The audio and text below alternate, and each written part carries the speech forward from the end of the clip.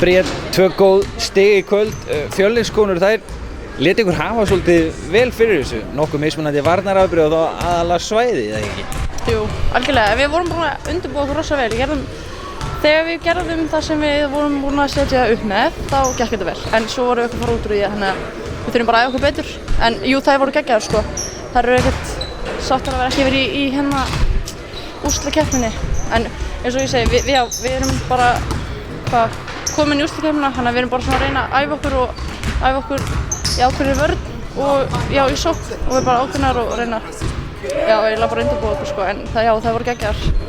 Er þetta skrítin staða að vera í? Þið svona allavega komist ekki ofar í töfluna eins og sakir standa. Þú veist, hámarksárangur í deild er 4. sæti. Er þetta skrítið staða að vera í? Nei, ekkert skrítið, bara þú veist maður. Þegar það er svona mikið af stigum þó eftir í potinu? Já, ok, það má alveg vera skrítið, jú. Þú mátt að leiða það. En jú, maður reynir samt ekki að einblína á það, skilur. Þú veist, við erum bara komin og við ætlum bara að gera sem við getum gert. Hitt stjórnum við ekki, í raun, sko. Næsti leikur er stór prófraun. Ríkjandi meistarar Njarðvíkur hafa verið að glíma svolítið við það að reyna að ná sigrinum gegn Haukum Val og Keflavík. Tekst það helgina? Já.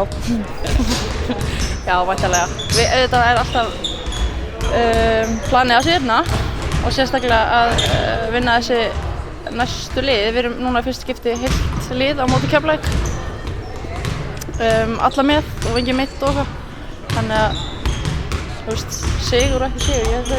Ég held að við vinnum þennan leik. Hvað með eins og Lavínu? Hvernig finnst ykkur að tekist til við að koma sér aftur inn í liðið? Hún var mjög lengi frá.